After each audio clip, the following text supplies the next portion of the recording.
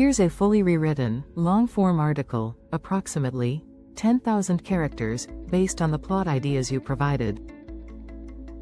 I've expanded them into a structured, continuous narrative article in English, keeping it logically tight but very different from the short bullet format you gave me. General Hospital. Drew's sins catch up with him.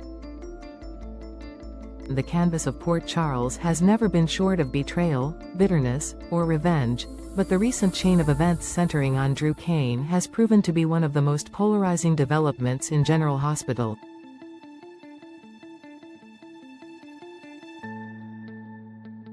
What once seemed like a man attempting to rebuild his life after years of personal loss and brainwashing has spiraled into a trail of destructive decisions that have alienated friends, family, and allies.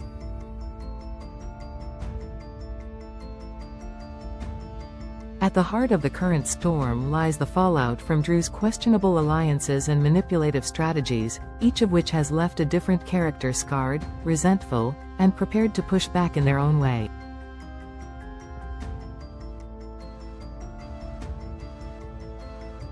Drew's choices began innocently enough, rationalized as survival tactics or moves to maintain influence in a town where secrets are currency. Yet step by step, those decisions chipped away at the trust others had in him. The culmination is a portrait of a man who is increasingly viewed not as a victim of circumstance but as an architect of his own undoing. His efforts to control the narrative, manage people's emotions, and gain leverage have instead created fractures too deep to ignore. Across Port Charles, resentment simmers, and it seems nearly every corner of his life has been poisoned by the same hand.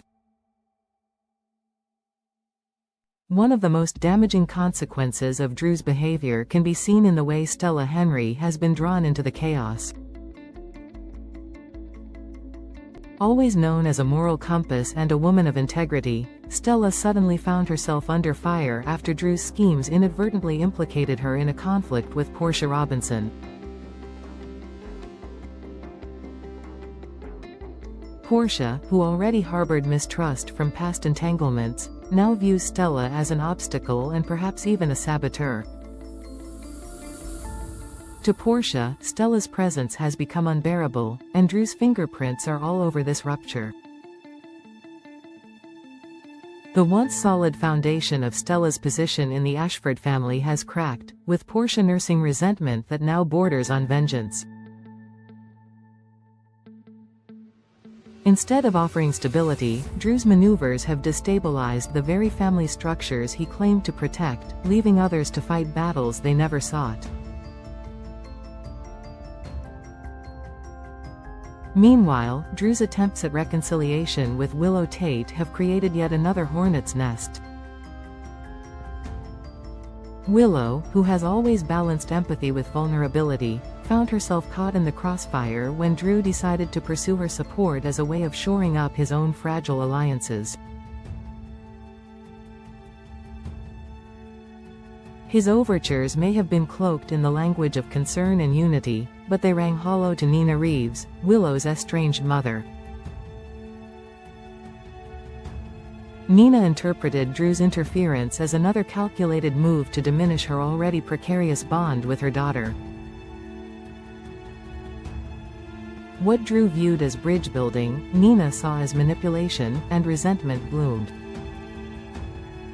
For a woman already standing on fragile emotional ground, Drew's involvement in Willow's life was nothing short of invasive. Now Nina's anger is not merely at the situation but squarely directed at Drew himself, and her capacity for retribution should not be underestimated.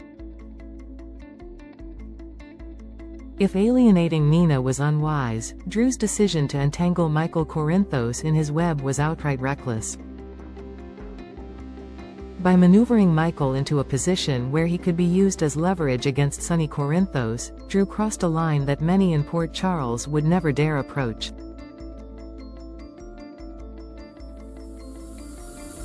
Michael, long protective of his family but deeply conflicted about his father's empire, suddenly found himself cornered. Drew's insistence on using Michael's influence as a means of applying pressure on Sonny not only jeopardized Michael's peace of mind but threatened to fracture the already complicated Corinthos family dynamic.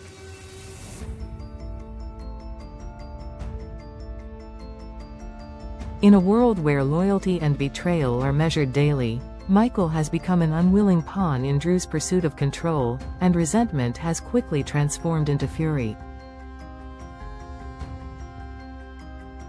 This tactic could very well be the misstep that seals Drew's fate. What ties all these threads together is the mounting consensus that Drew must finally be held accountable. In the eyes of many, his sins have accumulated beyond repair. To Stella, he is the reason her character is under suspicion and her bonds with Portia are corroded. To Portia, he is the catalyst for renewed bitterness and a target for revenge. To Nina, he is the interloper who dares to meddle in a fragile mother-daughter relationship. To Michael, he is the manipulator who turned personal pain into a weapon. Even Sonny, who has weathered betrayals from family, enemies, and lovers alike, now faces the reality that Drew's actions are not merely mistakes. They are intentional strikes designed to gain advantage. And in a town like Port Charles, such crimes rarely go unanswered. The notion that Drew must pay has gained momentum, not just as a whispered sentiment but as a collective demand. Each of the people he wronged carries both motive and means to ensure justice, whether that justice is legal, personal, or violent. Stella may withdraw her support, leaving him isolated at the very moments he needs her wisdom most. Portia could launch a campaign of revenge, striking him in ways that attack both his credibility and his relationships. Nina has the resources and cunning to undermine him publicly, tarnishing his reputation beyond repair. Michael, if pushed far enough, could turn against him in ways that dismantle Drew's ambitions from the inside out. Even Sonny's patience has limits, and few survive once Sonny determines they are a liability. As these forces converge, Drew's downfall seems less like speculation and more like inevitability. What makes this arc compelling is not just the tally of his transgressions but the emotional stakes attached to each. Every wrong decision has a face, a history, a relationship that once held promise.